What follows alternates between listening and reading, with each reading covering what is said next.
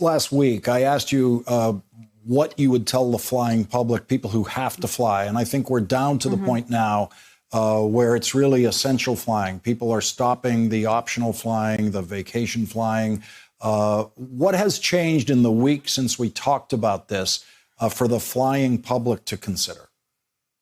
The problem here, Lawrence, is that now we are talking about a state of emergency in many states, and we have the virus in the communities. And so it's not just necessarily what we're doing on the planes. And I should note this, preparation matters. Having a plan matters. We are trained as flight attendants every single year in how to respond to communicable disease, in how to take actions to keep ourselves safe, how to respond when we encounter symptoms with other passengers, and how to keep passengers around them safe.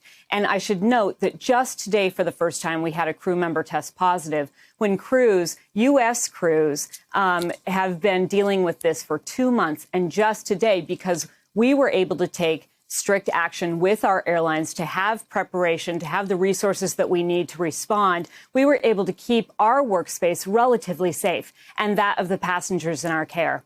But now, in just a week's time, because we have not tested, because we have not been able to isolate, because we have not been able to treat where the virus exists, now we have the virus in the communities. And so it's not just a matter of getting on an airplane and whether or not you're going to be safe on an airplane. People are taking into consideration whether they should even be congregating together in our communities in numbers greater than 100 or 500, whatever it may be in those states.